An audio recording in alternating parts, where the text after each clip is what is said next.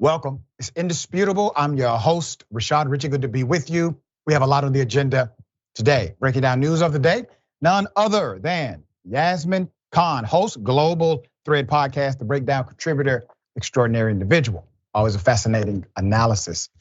Top story of the day, Donald Trump can add one more element to his title, prophet. Here it is. There's virtually no doubt that FBI Director Comey and the great special agents of the FBI will be able to collect more than enough evidence to garner indictments against Hillary Clinton and her inner circle, despite her efforts to disparage them and to discredit them. If she were to win this election, it would create an unprecedented constitutional crisis. In that situation, we could very well have a sitting president under felony indictment and ultimately a criminal trial. And ultimately a criminal trial, he says. Now, I know his prophecy, which happened in 2016, was a little off. He said Hillary Clinton, he meant himself, Donald Trump. But here's the irony beyond that. Republicans used to love them some police. I mean, they love the police. It didn't matter what the police did. We had to support and back the blue. Black lives matter? No. Blue lives matter. When we talked about targeted investigations, no. You just have to follow the rules. When unarmed black men were shot and killed, no. They should have simply complied. When the criminal justice system did not work for those who could not afford representation, we were told, but the system overall is still the best system on the planet.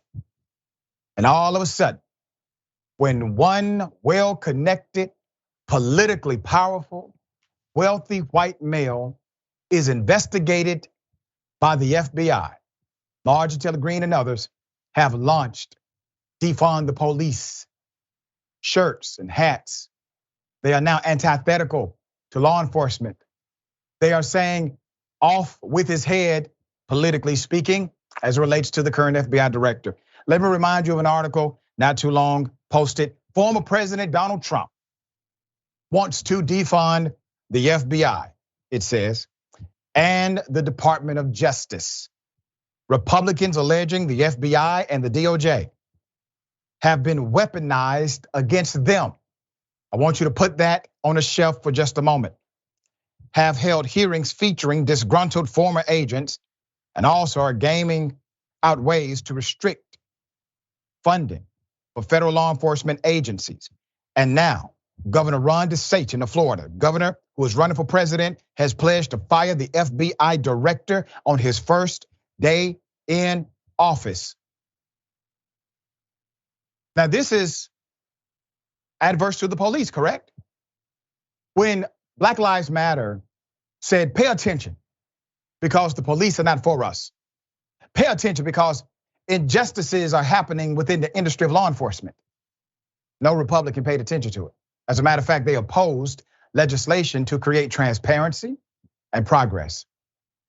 But now, when there's a legitimate investigation into an individual who is actually illegitimate himself, there's a big problem. I want to remind people of one absolute criticism that is a hypocrisy. So they criticized the DOJ for investigating Donald Trump and other political figures. And they say, this is weaponizing the federal government, the FBI, the DOJ against us. You all literally put a president in office whose entire campaign was about weaponizing the FBI against Hillary Clinton and others. You all chanted, lock her up. You all cheered him along when he said that he would do exactly that. When he was down with the program, hell, when he was president of the United States, the man got another foreign head of state on the phone and told him to investigate an American citizen. You all had no problems with these things until the chickens came home to roost on your front doorstep. There's more. Forget for a moment that the FBI director, Christopher Wray, along with most confirmed directors since J. Edgar Hoover, they're Republican. He's a Republican. The arguably more important part of the declaration made even by DeSantis about the current FBI director, which came during an interview on Fox News with federal prosecutor turned Congressman Trey Gowdy, is the DeSantis view that Republicans should completely reevaluate the American justice system. Whoa, isn't that something? Now, I want to remind everyone, only left-leaning political figures or left-leaning social leaders in this country have actually been killed by the American government. Count Dr. Martin Luther King Jr. among them. They have been put under surveillance illegally.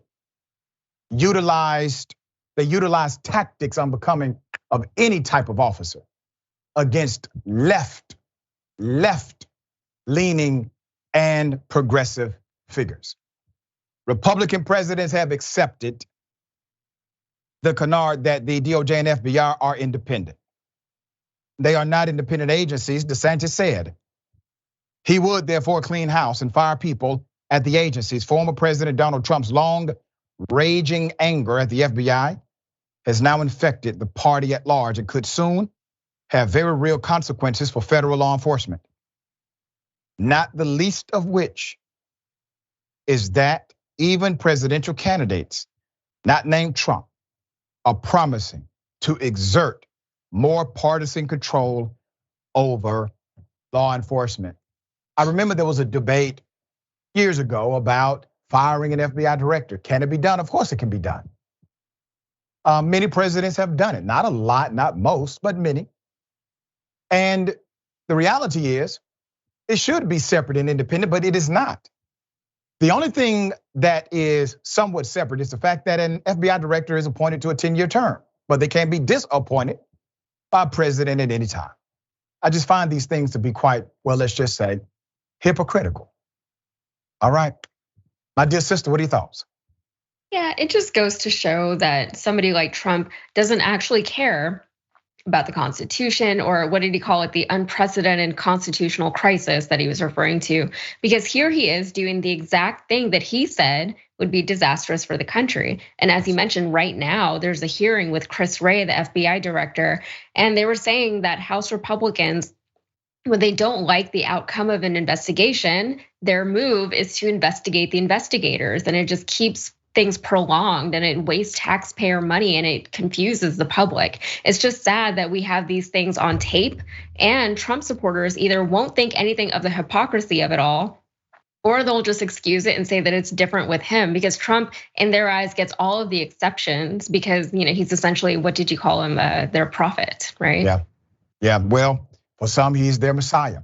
All right, we shall follow the hypocrisy as always. Okay.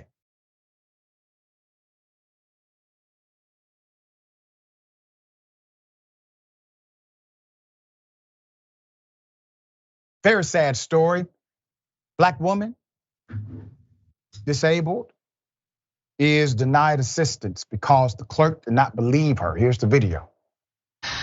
Y'all, when I say I don't even get on social media and I don't even do all of this, but I'm at 2007 Brownsboro Road and I'm trying to get gas. My son's in the car with me. Like, I cannot physically walk. If you know me, you know I'm in the bush. You know I use assistance. I have hand controls. The lady literally just told me I don't know how to pump gas. I'm like, come on, like, it's self-explanatory. Like, I just need you to put the gas in there and I can show you what to do. Like, she gonna holler, well, if you driving, you can walk, right? And I'm trying to explain to her, like, I cannot walk. I'm paralyzed. She gonna holler, how you driving? Once again, I'm using assistance. Why does that even matter? It's a whole wheelchair stand right here on this gas pump. So that means if I need assistance, you're supposed to help me. When I say being in a wheelchair, this is the I heard that I hate the most. And then I asked the bitch for her name. She gonna holler, I ain't got no name. Why don't you walk in the store and find out? Like, Rose. Put up the picture full mass. You know, I really get upset when people try to take the dignity away from another human being. A paralyzed black woman is outraged because a gas station employee in Louisville, Kentucky, denied her normative assistance. Her name is Zakia Wright. She says she went to Thornton's gas station on 2007 Brownsboro Road on July 9th. She was with her young son. And the white female employee, according to her, pictured there, refused to pump Wright's gas. This is a violation of federal law. Let me break that down first. The Americans with Disabilities Act, ADA, requires self-service gas stations to provide equal access to their customers with disabilities. If necessary to provide access, gas stations must, quote, provide refueling assistance upon the request of an individual with a disability. A service station or convenience store is not required to provide such service at any time that it is operating on a remote control basis with a single employee, but is encouraged to do so, even in that case, if feasible. It continues, let patrons know through appropriate signs that customers with disabilities can obtain refueling assistance by either honking or otherwise signaling an employee. Provide the refueling assistance without any charge beyond self-service price.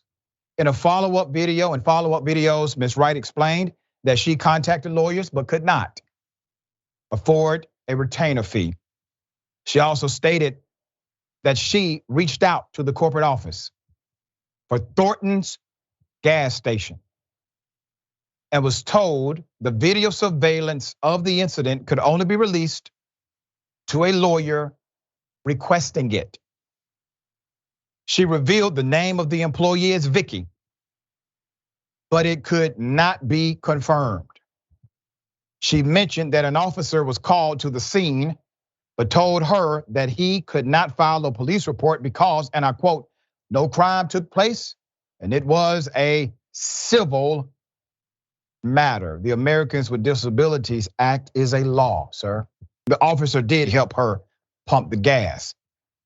Now, according to Thornton's and according to what she said Thornton said, they will not release the video unless it is requested by an attorney. Well, an attorney will be requesting that video on my behalf today. And I want that damn video. If that's your prerequisite, you got it. There's more. Atlanta Black Star reached out to Thornton's inquiring about the incident, but the company has not responded to media requests as of Wednesday afternoon. Wright alleged they told her an investigation is simply ongoing. Let's put up a GoFundMe. This is to help her retain a lawyer and physical therapy operations. If you are able, I encourage you to make a contribution to this GoFundMe account. Let's keep this up for just a moment. I want to explain, because sometimes people ask, well, what does she need a GoFundMe account for? This case may not be a big moneymaker. It could, and it definitely could not. But the case can definitely change some things. It can set new precedent. It can hold the company accountable. It can provide the legal framework so that things like this don't happen in the future. And attorneys will usually require a retainer for cases that may not be money makers for them. So this is why she's raising money. All right, it is a damn shame that something like this happened, the insensitivity of this worker. based on the allegations of the customer. And by the way, I believe the customer wholeheartedly. Ma'am, I'm sorry that you went through this. You do have a village supporting you. I want you to feel the love this week, next week, and beyond. My dear sister, thoughts here?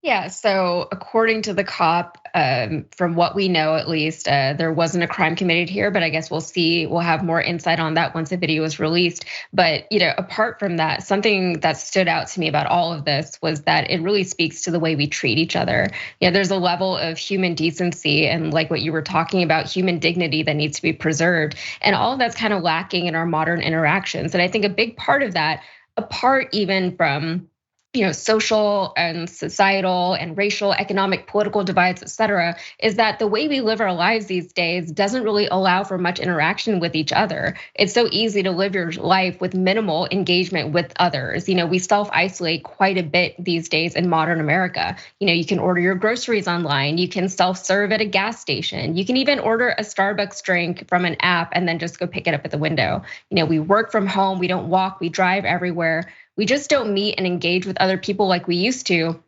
And it's turning us all into these isolated weirdos who have just forgotten the basics of human decency. And I think it manifests in situations like this one. Yeah, we will give you the update when it's guaranteed to come.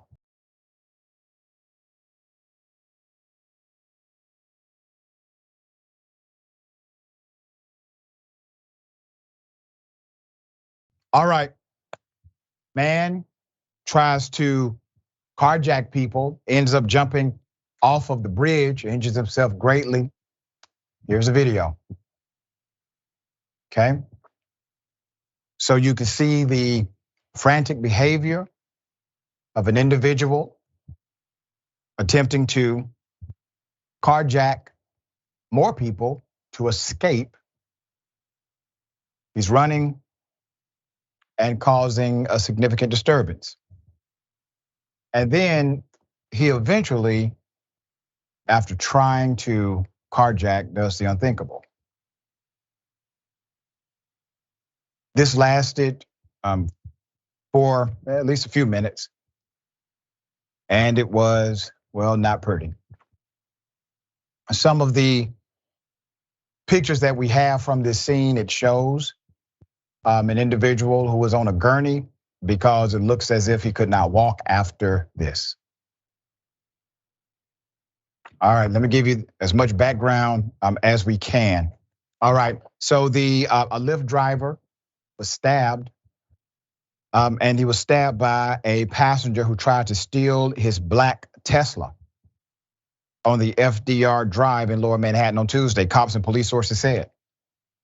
The driver had a knife pulled on him in the attempted carjacking as he was headed south on the Parkway near Manhattan Bridge at about 2:45 p.m. That's according to police and other sources.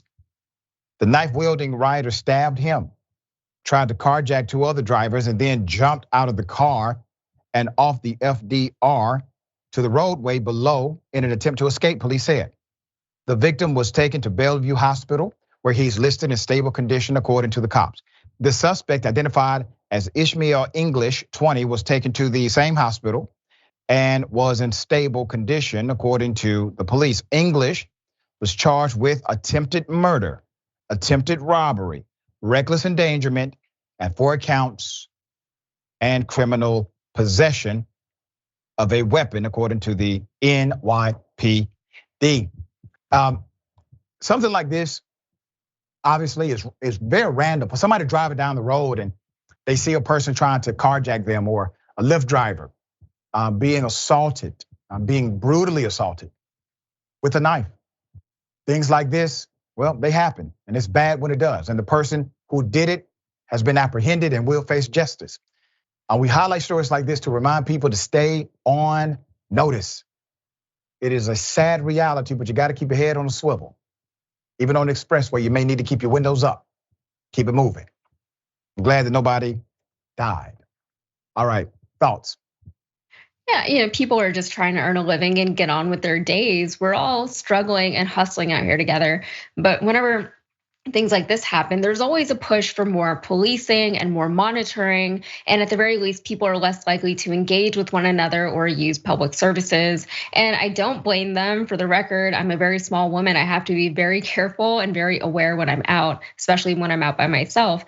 But unfortunately, crimes like this are tough to prevent without taking a big picture societal approach, addressing things like mental health, yes, but also poverty and the things contributing to general feelings of unhappiness and inadequacy in this country. And of course, that's a much bigger and a much more political endeavor than, say, just putting dash cams on every Lyft vehicle, but that's what needs to happen.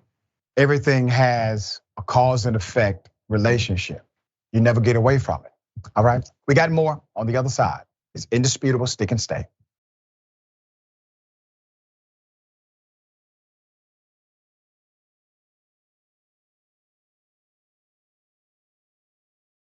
All right, welcome back. We got a lot of show. I appreciate everybody who opines. All right, thank you. I have a new op-ed. It is in rollingout.com. This is about America's hypocrisy and what we're gonna do about it. All right, America's hypocrisy and what we're gonna do about it. I break down everything from the recent Supreme Court ruling, affirmative action, America's fascination with lying about race, and also some options for Democrats to consider in the future. We're dealing with Republican insanity and Democratic apathy. It's a bad combination. We'd love for you to get that as soon as you can. All right, and we have updated our tip line, okay? So the tip line is back, open, full throttle. Submission guidelines are avoid sending stories that have been already reported on unless there's a new element or perhaps something they missed. 2, include any photos, videos, and documentation that relate to the story. It helps our production team ensure that we take it from beginning to end to give it to you right. And 3, give a maximum of 1 to 2 paragraphs of the most crucial information in your story. Just a reminder, we are not able to tell a novel, but we can tell a story. The injustice is what we look to explore and to remedy. All right, I appreciate you in advance. Okay, we got some good comments. Let me read them. Next TYT reporter. So the FBI is weaponized against Trump, but it's also going after Antifa members who attacked the Capitol on January 6th. Do I get this correct? That's the narrative, right? Yeah, that's it right there. By the flavor called pop. Indictment season, baby. It's so damn ironic. The man ran on the platform of indicting a presidential contender. Okay, and C. Michael Henson, thank you, C. Michael. He says, was eating out for lunch yesterday while watching Indisputable on my phone. A brother walked past my table, saw you on my phone and said, Dr. Richey is the truth. Winston-Salem, North Carolina watches your show. Well, thank you, Winston-Salem. And I appreciate you, C. Michael, for being so supportive, brother. And we got time for one more. Okay. Brenda Kennery, welcome to Indisputable. Thank you so much for your support. Look forward to the journey. That's something for you. Ladies and gentlemen, I wish a Karen would. You want to call the police on them for having a barbecue on a Sunday. You're still free! Back off! I'm gonna tell them there's an African-American man threatening my life. Court, man, you're on the court. Good. Hey, yo! My money. Take care of the blocking lane. Take care of people. Take care of your own We way. are, you dumbass. Then why are they dead? Why Yeah, are you want to dead? talk like that? You care about them. Get your fuck out of here, man. No. You're wasting my time. Don't. using a- The insanity of this, Mel Karen, who decided to throw dirt on a mural dedicated to indigenous women. Let's put the picture up full mast. I'm going to deal with this one directly. Protesters blocking the Brady Road landfill in South Winnipeg said their resolve is even stronger after a man decided to shovel a truckload of soil and debris onto the mural near the blockade on Sunday. The blockade went up last week after the province refused to fund a search for Prairie Green, landfill north of Winnipeg, for the remains of 2 indigenous women. Now keep this picture up. I want to remind you that this man is so upset about this particular mural and the actions of the community that he put dirt and debris on his truck. I mean, he really worked the whole job. Drove to the location, worked again to put dirt right there in order to make a statement. Well, I have a statement also. The city ordered those blocking the roadway to vacate by noon Monday. Screw it. Who cares what they have to say? Who cares what they want? I'm not going to take no for an answer anymore, said Cambria Harris, whose mother remains are believed to be at another landfill outside of the city. Let's put it up, okay? When the government decided not to respond, supporters did. Supporters swept soil and wood chips from the mural honoring missing and murdered indigenous women and girls. A man dumped the soil until the painting on Sunday. She said Camp Morgan, which has been at the Brady Road landfill since December, originally erected the blockade to send a message, not entirely to block the landfill, which has 2 entrances. But after the man's act on Sunday, she and others issued a call on social media for more warriors to join those on site, who said they're ready to keep rallying for change. Harris said she wasn't at the blockade Sunday when the man in a black pickup truck dumped soil on the mural, but she saw the video of it happening, which she posted on social media. In the video, the man is seen shoveling soil and debris from the back of his truck into the mural, telling protesters, take care of your own people. After someone responds, he asks, then why are they dead? Harris questions how he got past the security on site. Why are you so angry? To feel like you have to take that extreme of measure of hate crime, she asked. You don't realize that you're talking to an entire group of people who have been pulverized their entire life through systematic or systemic oppression. Harris said she believes the province's decision to not support a landfill search shows that the government does not care. And she now feels she's been disrespected by all 3 levels of government.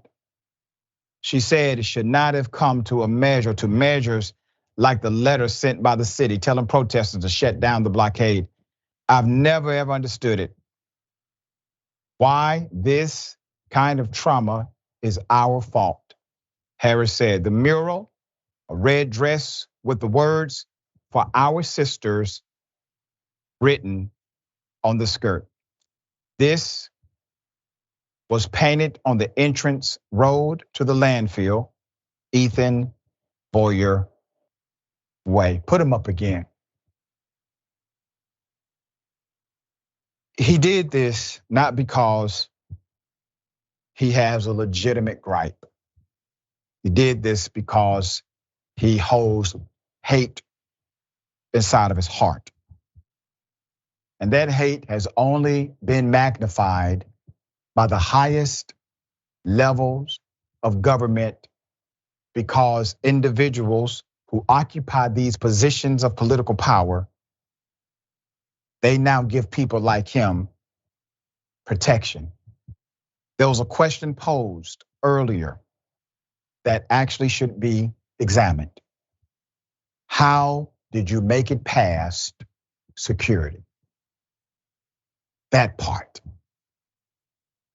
All right, Yasmin, thoughts here. Yeah, people have no respect, especially not for indigenous people. This reminds me of an incident. I was in line to vote recently, and one guy in front of me mentioned that he was a Native American, and the man behind me rolled his eyes and muttered to his wife, well, I'm a Native American too, I was born here. And it just sounded so willfully ignorant, which is entirely worse than just being ignorant on your own. Yep. But I was thinking about this recently, like why did this man go out of his way, take time out of his day to display his anger and his hate over something that doesn't even directly involve him? There are so many people who are sitting at home, a lot of them quite comfortably, nobody actively actually trying to take their rights away despite what many of them think, but they're angry. They're addicted to the anger because they've tied so much of their own identity to it. And it must be sad when one of your defining characteristics as a human being is how much you hate other people, especially an entire marginalized group of people. That's right, very well said. It is connected to their own identity. They must have others they can look down upon in order to feel secure in themselves. It's a sad reality.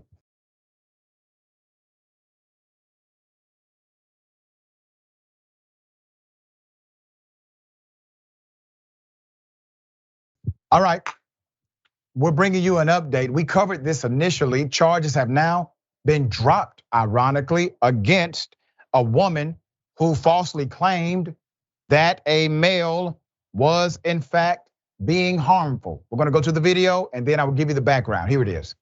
No, it doesn't make me feel, go to Uptown. I'm calling, go to Uptown. Don't call me back. Go to Uptown, now. You're making me uncomfortable. Go call the cops. Call Uptown. them Go to right now. Uptown, stop Call it. them. No, You I call want them. this man to go to Uptown. You call them. Go to Uptown, dude. You call them. Let's see who's gonna get off. This wasn't This off. is not my home. And I literally pulled over in the middle of the sidewalk and won't drive me home. No. No, there's nothing happening.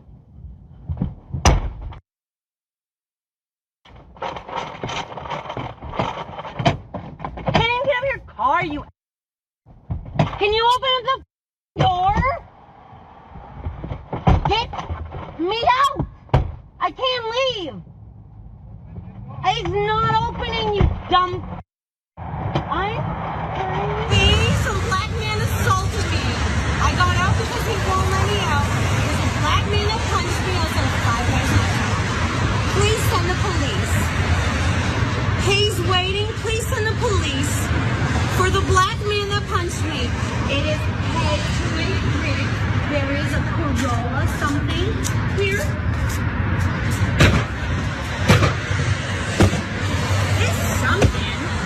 It's a Prius. It's a Prius. A silver Prius. And it punched me. Silver. And it punched me. Black punched me. Police. Please send the police. Out of my neighborhood. Please send the police. Get out of my neighborhood. Please send the police. A black man has punched me.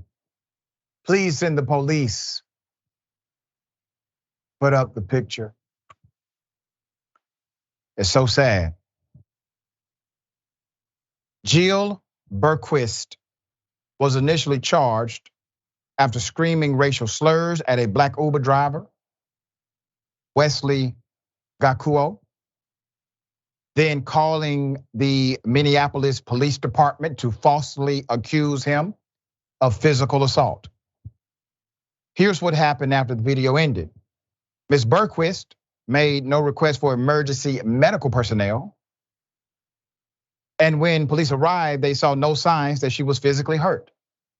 Even though she claimed the Uber driver, that the driver struck her on the left side of her face, the driver was not cited.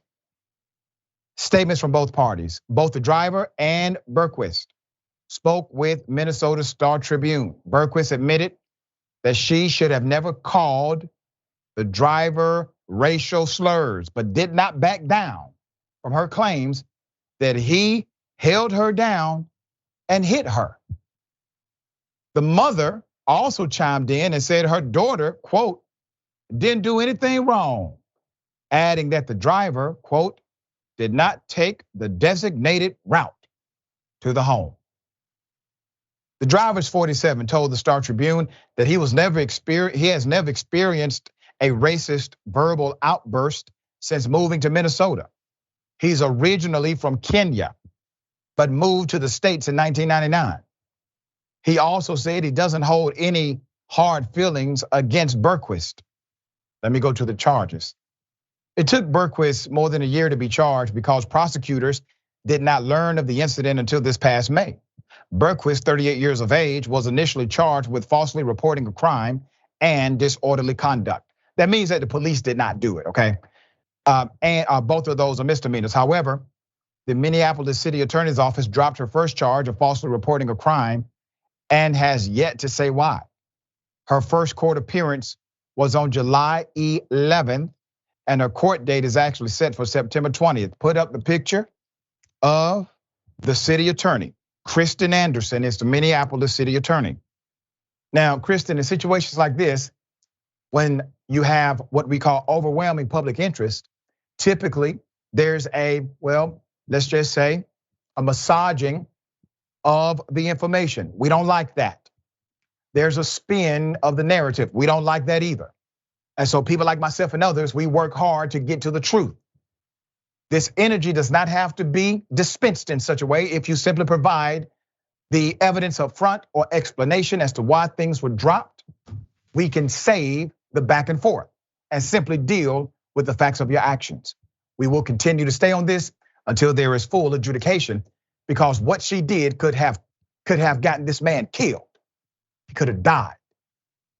And until we start dealing with these things as they are presented, we will always have a significant inequity as it relates to law enforcement and community.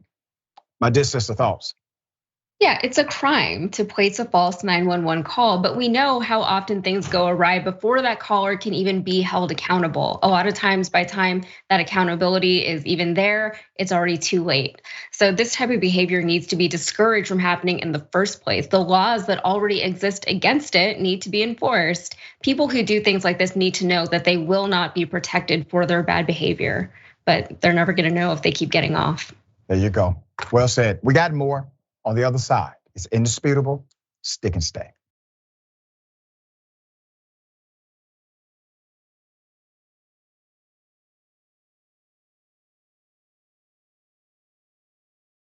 All right, welcome back. We got a lot of show left. Let me read some of these amazing comments. Mickey C, the silver-haired dragon. Just 2 weeks ago today, the Supreme Court took away water rights from the Navajo Nation on their own land. Very dry, arid area.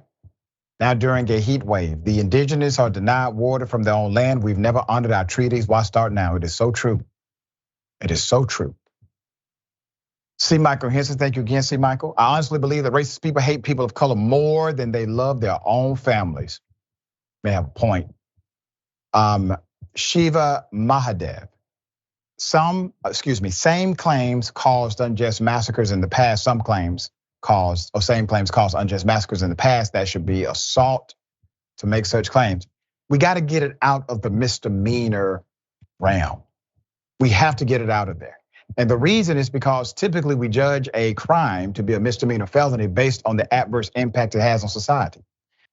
Claiming somebody falsely did something criminal to you, weaponizing your tears and your race, etc. Well, that should be more than, let's say, a $500 penalty, okay? C. Michael Henson, thank you again. No charges, they should make this a felony. Boom, exactly, my point. That's right. And Lady, okay. Lady, I got you, F&T, that's how I'm gonna say it, because I can't say it the other way, but I get what you did. I like it actually. Welcome to Indisputable, thank you so much for joining the membership team. Okay, a Republican, actually a bunch of them, about 14 total. They hate black folks so much that they are willing to sponsor a bill that if a state, a county, or even a municipality, if they give a penny of money to black people in the guise or under the guise of reparations, it should eliminate all federal funding from ever coming to that entire state forever. Put up the picture. I mean, that's some hate. Texas Republicans in the House are not simply threatening the loss of federal funding for lawmakers who support reparations for black residents. They have now introduced a bill to do just that the 13 co-sponsored bill introduced by Brian Babin would prohibit the federal government from providing financial assistance or bailouts to states, local counties, or municipalities if they support reparation laws that are associated with descendants of slaves. Now remember, in the bill itself, it makes the distinction. We're not talking about reparations. We're only talking about reparations as it relates to descendants of slaves, but they're not racist.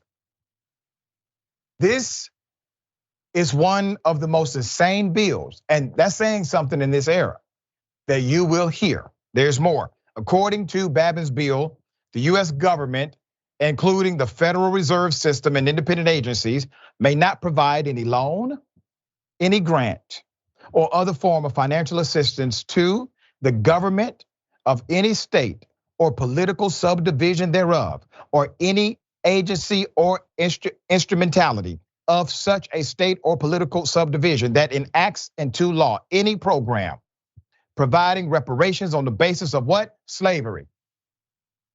Slavery, or race, or ethnicity, national origin, or historical practices related thereto. Related to what? Slavery. That's it. Just black people. He should have just said it. We don't want Negroes getting nothing. So anything related to Negroes and money, they can't get it, or your whole state gets no money from us. As if it's their money in the first place. You realize that black people pay taxes, right? You do realize that our allies pay taxes, right? And that those who are adversely impacted, well, you're also deciding to adversely impact individuals that may even support you. It is insanity on top of insanity, as I say. But there's more.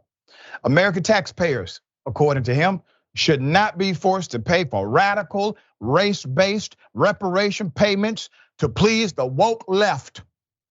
Babin told Fox News, my bill ensures that government entities enacting reparation laws based on race, ethnicity, national origin, or slavery cannot receive federal bailouts, Babin said. America actually likes reparations and bailouts. We've given reparations to Native Americans, not to the tune that they deserve. We've given reparations to many groups, including the Japanese and Jews. We've given bailouts to banks, car industries. But as soon as the conversation starts, and I mean conversation because the only thing we really have is a commission to study reparations, and we can't even get that funded. A commission to study reparations has caused a new commission of Republicans to say everybody who engages in this type of action will have the federal government oppose them. Isn't it ironic that the same party who once told us they are for small government, that they do not want the federal government or other big government taking over small local jurisdictions, are doing just that as it relates to stopping black folk from receiving any form of reparations at all? There's more. Let's put it up. Seemingly an act of retaliation. The bill comes after Texas representative introduces a bill to commission, study, and develop reparations proposals for black residents. Other states and cities have already taken steps toward reparations, bill proposals, discussions of logistics and cash amounts, and some have already paid money. California has finalized a proposal for reparations for black residents. Evanston, Illinois has already paid some money to residents with this restorative housing fund. The fund allocates $25,000 worth of housing improvements, mortgage assistance, or down payments to black residents who lived in Evanston between 1919 and 1969. You have colleges who have engaged in very similar practices, but those colleges were built by black folk who could not reap the benefits of their labor. Keep in mind, please, reparations is not a handout. Reparations is a debt settled, is what it should be. I want you to look at this historically. The labor that was forced should have been paid labor. Even if they labored and received a bartered agreement, it should have been compensated. But because it was not, my great, great, great, great, great grandfather, who was enslaved in this country, died with nothing. His wife died with nothing, separated, ripped from him. If they would have been compensated, they would have had land and money to pass to that generation. That generation would have had land and money to pass to the next, and so on. Black folk are in this routine of systematic dysfunction that none of us signed up for. Cities like San Francisco and Providence, Rhode Island are considering redress for Black residents. San Francisco has discussed $5 million one-time cash payments for residents, while Providence is considering grant funding instead of direct cash payments. And because of these conversations, all of a sudden, they want to shut the entire damn government down per state who engages in such conversations and enacting policies to support reparations for Black people only. Yasmin, thoughts? Yeah, this is my congressperson, Brian Babin. For the record, no, I did not vote for him. Babin, he is a dentist. He's a Trump supporter. He voted to overturn the 2020 election results. He's terrible. And it makes sense that he would do something like this. But the thing about Texas politicians is that they love to do these things in the dark. They love to act secretly because they hate to deal with any kind of backlash. Babin's district doesn't represent Houston specifically, just a small part at the bottom, but it is Houston adjacent. And Houston has a major Black population, and we do have a history of slavery in and around Houston. We don't talk about it very often, but we do. The bigger problem here is that Babin isn't doing this because he's worried about, say the logistics of something like reparations. That's a conversation that's worth having. That's the conversation that we are trying to have.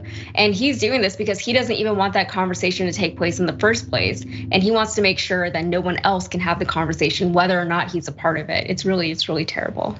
It's insane, but we are here now. Sorry about Babin. We tried to get him voted out, but it's really difficult. Well, I think hopefully now some more energy will come to help you all in this re-election bid.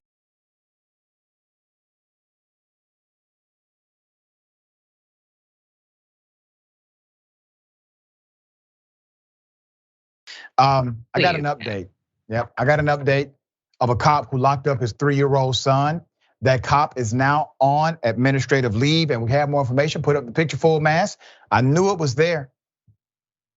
Per department memo, Daytona Beach Shores, Florida Police Lieutenant Michael Schoenbrod has been placed on administrative leave pending the results of a professional standards investigation. Should be under criminal review.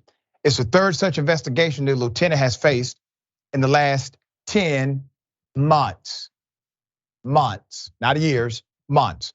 The newest allegations against him relate to taking or tampering with public safety records and altering or distributing digital recordings without authorization. The memo cites 3 code of conduct policy violations that may have occurred on or after April 7th, 2023. First reads, and I quote, employees shall not commit any act or crime defined by state or federal laws of felony, whether chargeable or not. Another, employees shall not steal, alter, or forge, or tamper with any kind of public safety record, report, or citation. It goes on to state, that the unlawful or unauthorized removal of any such document is prohibited. The last states employees, quote, will not edit, alter, erase, duplicate, copy, share, or otherwise distribute in any manner digital recordings without prior written authorization, end quote. Put up the picture of how this family was introduced to us. Now remember, they both locked up their 3-year-old son. We're talking about the lieutenant and his wife, Sergeant Jessica Long. They faced an internal and external investigation after he told the Florida Department of Children and Families that they, on consecutive days, took their 3-year-old son to one of the city's jail cells because he pottied the wrong way. And so they locked him up, put handcuffs on him and everything. And admitted to doing it and said, hey, we did it to our other son too. No criminal arrest. The conclusion of that investigation, as well as records of the Florida Department of Law Enforcement and Daytona Beach Shores, have been under seal after the couple petitioned the court to seal it. Put up the picture again. I'm going to tell you why the court probably sealed it. Naturally, they're going to look out for the police, but there is a provision in the law that allows you to seal things like this if a judge agrees, so that it does not embarrass the children, all right? So that is probably the auspices of their reason for sealing it. Then in April, after an April 7th briefing, Schoenbrod faced allegations of violating 6 department policies, including treating others with respect, avoiding conflicts of interest and favoritism, and avoiding rumors and other conduct that diminishes morale. Schoenberg typically does not attend those briefings. At the briefing, Schoenbrod spoke critically of other officers and who he believed were involved in reporting him to the Florida Department of Children and Families. And the Department of Law Enforcement, the former employee said, put him up. So Schoenbrod's position as lieutenant places him directly beneath Michael Fowler. Michael Fowler is the director of public safety, pictured on the right, in the department's chain of command. So this individual has significant rank. According to the Daytona Beach News Journal, this cop has been with the department for approximately 23 years. And based on his earnings in the first 6 months of 2023, he was on pace to bring home roughly $100,000. This is your best and brightest? Your protectors? No, these individuals are petty. Many of them are cowards.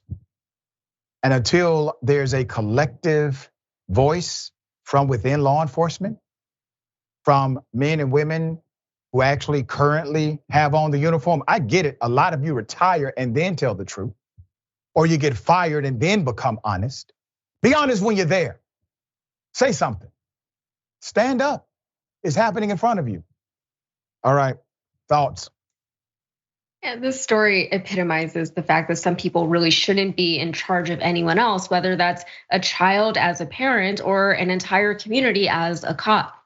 Not everyone is qualified to be judging and punishing others, and this man is clearly not qualified to be a child's caretaker. But now he's got time off from work with pay for jailing his toddler. He's on administrative leave for something that's clearly not his first violation. So maybe all of these paid administrative leaves aren't doing enough to teach these cops any lessons. They're not being rehabilitated or reprimanded or punished in any significant or impactful way. This guy just got a vacation for doing something terrible. Why wouldn't he keep doing terrible things?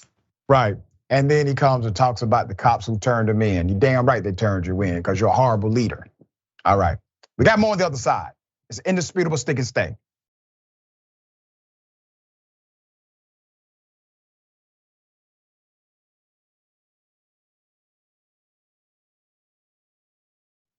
All right, welcome back. We have a lot of show left. A horrific scene, unavoidable, or avoidable is the question. I want you to look at it. We're going to discuss. Here it is.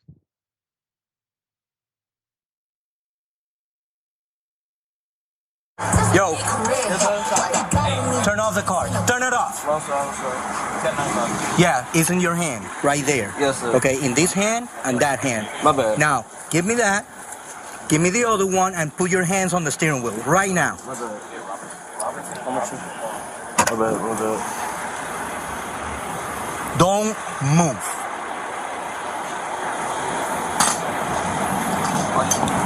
Word. Put your hands on the steering wheel. Put your hands on the steering wheel.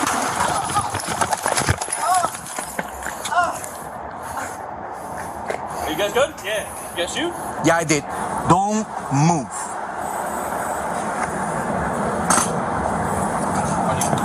Word. Put your hands on the steering wheel. Put your hands on the steering wheel. Put your hands on the steering wheel. Put your hands on the steering wheel.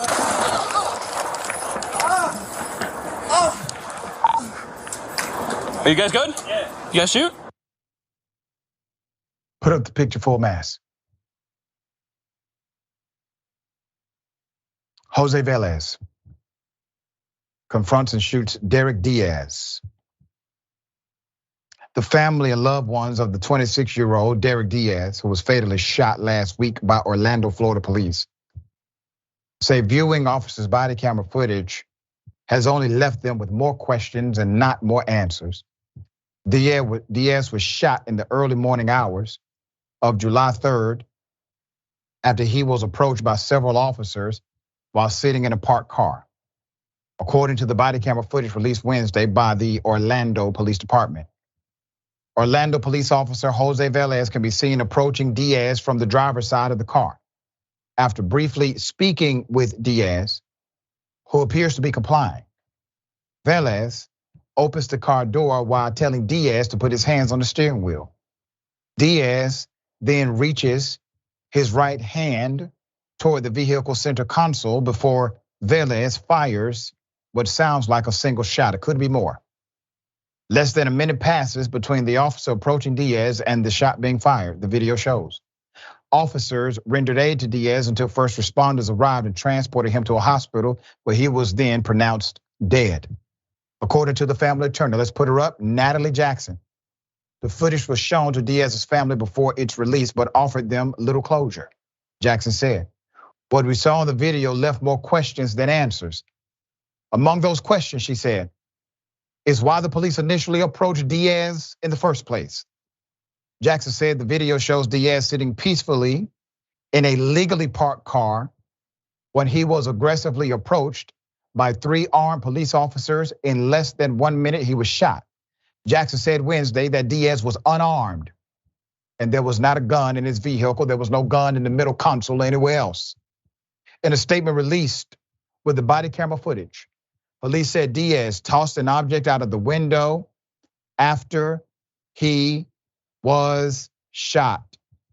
That was later identified as narcotics. Now, let me put the attorney's picture up again and explain why she's even saying, why was he approached? Because if he was illegally approached, everything from that moment becomes unlawful. That's the reason she's bringing that to your attention, okay? Orlando Police Chief Eric D. Smith said in a statement, officers patrolled to remove drugs and guns from Orlando streets, adding that the intersection near where Diaz was confronted had seen 431 incidents in the last 18 months. Sir, that does not negate civil rights. Smith and his department understand the need for answers, but maintaining the integrity of the investigation process is also needed so that the facts are provided fairly and transparently. Velez has been placed on administrative leave and the department is cooperating with a Florida Department of Law Enforcement investigation into the incident, Smith said. The department also said it will conduct its own internal investigation. Now, you did have multiple cops on the scene. No other police officer felt that their lives were in danger. Nobody else shot. You have one cop who decided to pull the trigger. There's no gun. He seemed to be complying. You can't even argue he was trying to get away. Why? Because there is no getaway steering wheel in the console. In the middle console, there is no getaway. He may have been simply trying to comply even further and got killed. Thoughts? Yeah, body cam footage is very hard to argue with. And why did this escalate as quickly as it did? Why is shooting someone the only and first option that cops seem to have for detaining people? I don't understand how people will still defend the cop in situations like this one. We kind of know what they're gonna say. What was he reaching for? What if he was reaching for a gun? And what if he shot the cop first? What if it was too late for the cop? But why was the cop opening his car door in the first place? These situations are kind of scary because what could you do if you were in Derek's situation? If you were the one sitting in the car, what could you do to avoid getting shot? You could comply. He was apparently complying. So he wasn't doing anything unlawful. Maybe he had narcotics. I don't know if that's real or what, but hopefully more answers come out in the future. Yep, there you go. We will continue to follow this case. All right, presidential candidate, former governor Nikki Haley does not love her husband. Well, at least not all the time. She kind of loves him the way she loves Donald Trump. Here it is. What changed yours to not go on the attack? I mean, you're a little less direct than that, but to question Donald Trump more, knowing that you risk the wrath of his voters and supporters who are pretty much in lockstep with him and make up a large part of the Republican base right now. Neil, his voters and supporters and the American people want the truth. I just speak hard truths. You've got some people who are mad that I don't love Trump 100% of the time. I don't love my husband 100% of the time. You've got some people who are upset that I don't disagree with him 100% of the time. I think he was the right president at the right time. I call it like I see it. Let's put up a picture of the husband. Sir, your wife does not love you 100% of the time. And you look to be a decent fella, okay? But your wife, sir, loves you the same way she loves Donald Trump. I just want you to marinate on that for a minute, sir. Let's put up the polling numbers. The polling numbers that you see, they indicate she has no chance in hell. All right, Yasmin, thoughts? Yeah, I almost covered this for the breakdown, but I kind of didn't really know what to say about it. It's weird and it's uncomfortable and it's an unnecessary way to make the point that she was trying to make. Nikki Haley feels untrustworthy and opportunistic to me, and I don't think that I'm alone in that assessment of her. She still won't say that she doesn't support Donald Trump because she knows that she'll have to fall in line behind him if and when Trump becomes the 2024 Republican nominee. So it all just feels very disingenuous. And I don't know why she had to bring her husband into all of this, but I feel sad for him. Man, the lady threw her husband under the bus. It's not necessary. In order to show her love for Trump somehow. It's just weird. All right, always a pleasure having you on the program. Tell people how they can follow you, check out your great work. Yeah, you can follow me on Instagram, TikTok, and Threads now at Yaz, KYAZZZZK. And also you can find my content on the TYT breakdown. Always a pleasure, dear sister. Thank you for all you do. Thanks for having me. Bye. All right, the bullpen is next. Stick and stay.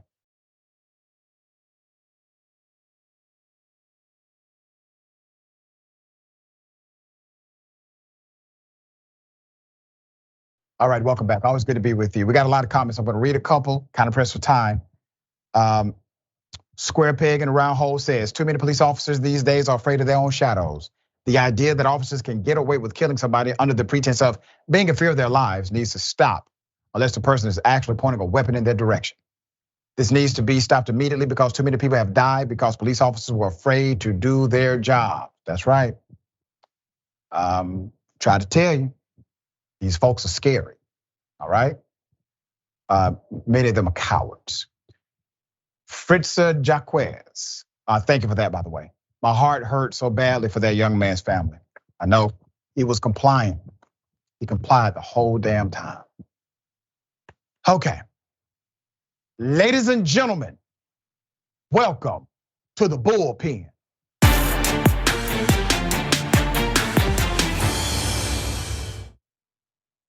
Oh, we have a treat in the bullpen today.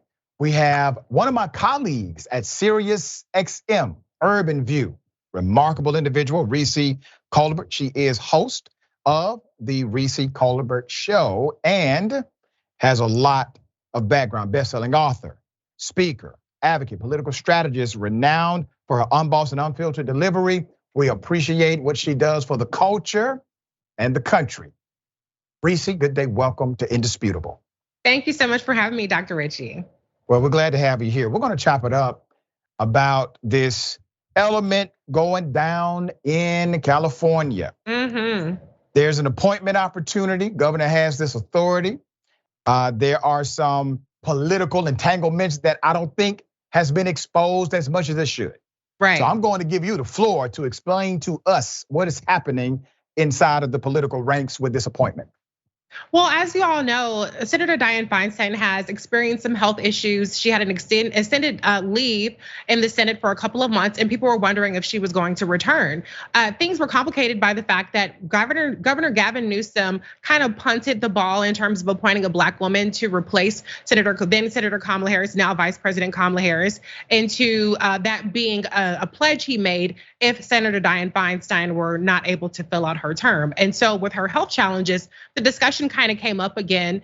And based on what I've been told firsthand, and based on what's been reported in magazines like Vanity Fair, there have been some calculations and some, willing and dealing behind the scenes to try to block Congresswoman Barbara Lee from getting that appointment. She is running against Congresswoman Katie Porter and Congressman Adam Schiff, who has a lot of the establishment backing. And so a lot of people do not want to see her have that advantage of incumbency by getting that appointment. Now, Senator Dianne Feinstein is still there. She's back in the Senate, so this might be a moot point.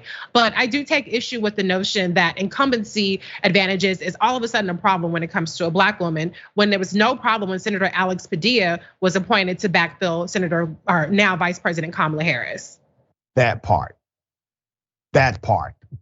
And I'm going to expand it into a macrocosm just for a moment, because my dear sister Richey made an impeccable point that must be understood by everyone. When, let's say, a Black person runs for political office and they lose, especially in a southern state, they will say, well, it's because we picked a Black candidate. Right. Okay. And then there's all of a sudden this prohibition to picking a Black candidate as your nominee the next time because a Black person lost. However, do the math. More white men have lost political office than any other demographic in the United States of America. And you have never heard a narrative that said this person lost because we decided to choose a white male. You don't hear that narrative. You only hear a different nuanced narrative when the individual happens to be a person of color. In this case, the individual happens to be a person of color and a woman. So I get the point and I understand it completely. It seems as if there's a push and pull for those, even some of our allies, to understand these nuances as well. So I want you to speak to that. Yeah, absolutely. I mean, there's a whole notion of electability when it comes to Black politicians that white politicians are not held to. If we look at a lot of the competitive seats in the year 2020, when Biden Harris were the ticket, there were a lot of white women, to be honest, that did not win those competitive seats, and their opponents were white women in those states. And so, but there hasn't been a push to say, hey, let's stop nominating white women to run for these Senate seats. And so I don't think that Congresswoman Barbara Lee has an electability problem. She has a competitive, she can actually win problem that people are trying to stop, because even with the fact that she is vastly out fundraised, her opponents have tens of millions of dollars in fundraising, a whole lot more establishment behind them.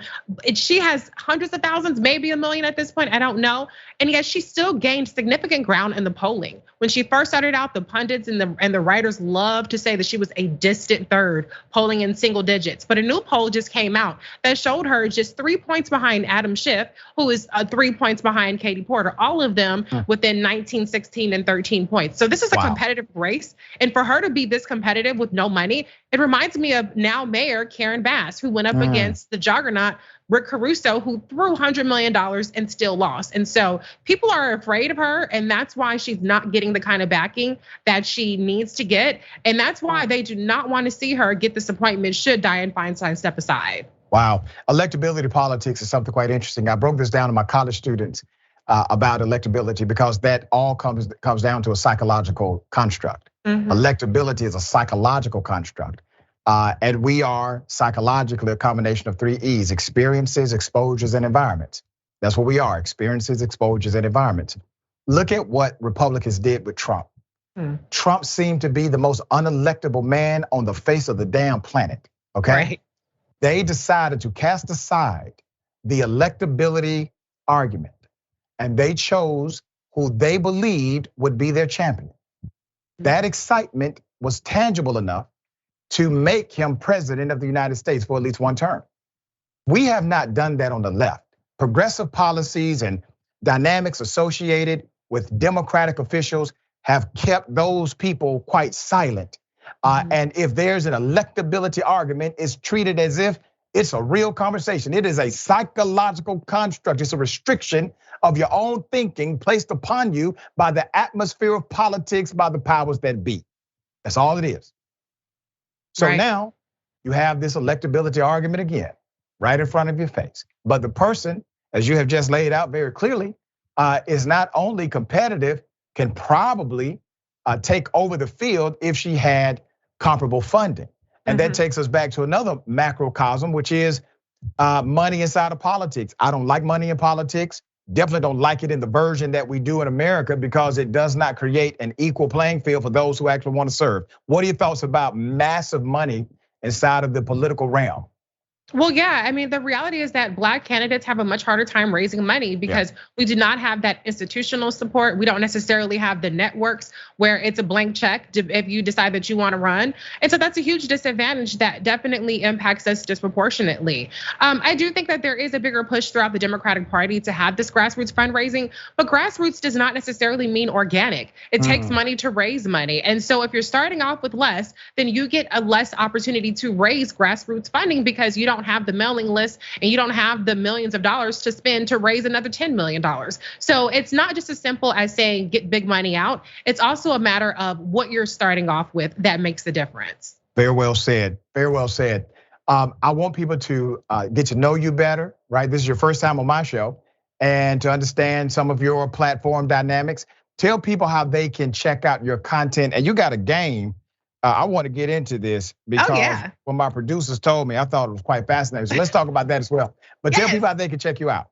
So I do have a board game I created. It's actually a segment on my show, The Richey Colbert Show, which airs Saturdays at 3 p.m. on Sirius XM Urban View, the same channel you're on, Dr. Richey. Yeah. And so basically the game is like, it's a scenarios game. It's a fun party game where you read off a scenario, it's a hypothetical, and then you determine who's tripping. I kind of fashion it about like, am I the a-hole?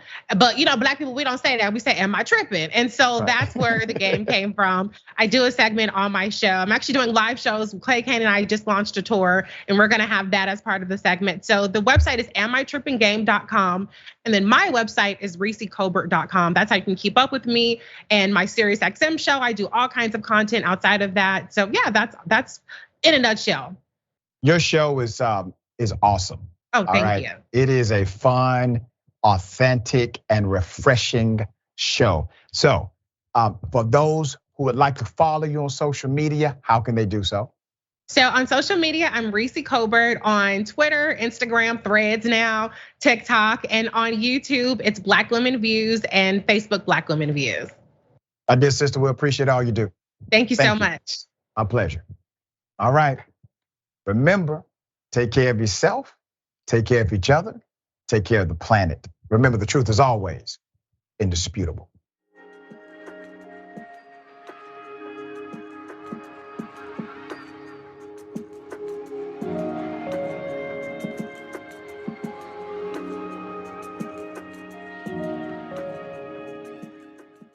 Indisputable has been named the fastest growing news TV show in the United States of America, compared to all shows on CNN, MSNBC, Fox News, and roughly 30 others. What do we do on this show? We tell the truth. You know why we tell the truth? Because the truth is simply indisputable. Donald Trump radicalized citizens. He's the chief terrorist. Republicans still want you to think that critical race theory is the greatest evil that can happen in K-12 education.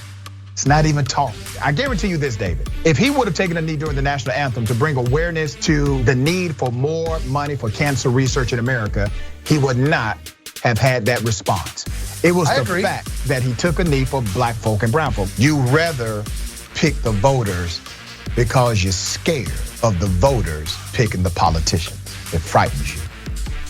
But we coming. When you are in a privileged position, equality looks like oppression to you. The Karenicity runs deep in this one.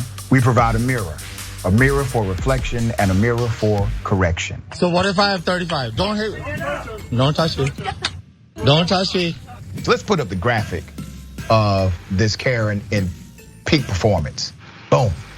They want anarchy so they can start creating their own rules. Can you share with me some examples? When they were running around during the terrorist attack on January 6th saying, hang Mike Pence. So those are the people I'm talking about. That's a problem, correct? You work for Mike Pence, stand up for the guy. Do not allow the ideology of politics to evaporate the humanity that still exists inside of you. They don't stop, I don't stop. Racism won't stop, I won't stop. Systemic bias won't stop, so I won't stop. People still need health care, so I won't stop. People still need criminal justice systems reformed in this country, so I won't stop. And you won't stop either.